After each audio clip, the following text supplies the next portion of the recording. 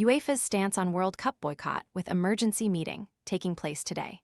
UEFA nations will convene on Thursday afternoon for an emergency meeting regarding FIFA's controversial plans to sell stakes in the World Cup.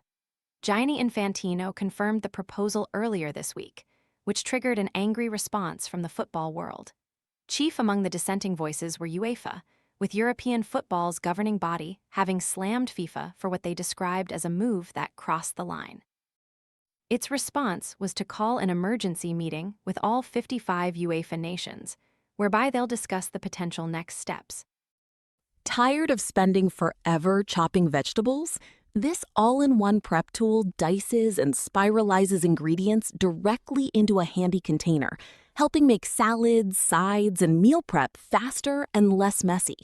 Want to get the best verified deal and see full details? Visit grabdeal.us/2 right now.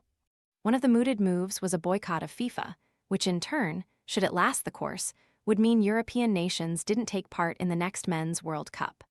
According to BBC Sport, UEFA nations know that pulling out of the tournament will have significant financial consequences for the concept. Ahead of the meeting, UEFA said in a statement, "Today we have learned of FIFA's deadline to associations to support their proposals or have the one-off payout offer withdrawn. This says everything you need to know about this plan," said European football's governing body in a statement. But having held discussions with many stakeholders across the game, UEFA knows there is significant and growing opposition to FIFA's scheme. FIFA cannot continue to use our sport to enrich themselves and their friends. It's time to prioritize associations, clubs, leagues, players, and fans. Not only are FIFA planning to welcome private investment into the World Cup, but they have been accused of bribery when it comes to the way they've gone about it.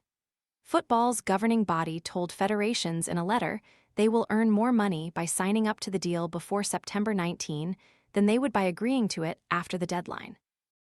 What's more, anger has also stemmed from the specifics of the investment, which is led by the Thrive Eternal investment vehicle owned by Joshua Kushner, the brother-in-law of U.S. President Donald Trump's daughter Ivanka. Infantino was heavily criticized for his links to Trump before and during this summer's World Cup, with the U.S. president accused of interfering with the Folarin-Balogun red card affair. Any potential boycott would likely rest on the shoulders of the major European nations, with England and the FA considered major players in this. Reacting to the news, the FA said in a statement, "We were completely unaware of this proposal and have no substantive details, including what the proposition actually is and what conditions are attached. Based on the limited information, we are deeply concerned about the lack of process and governance to get to this point, and the apparent substance and principles involved.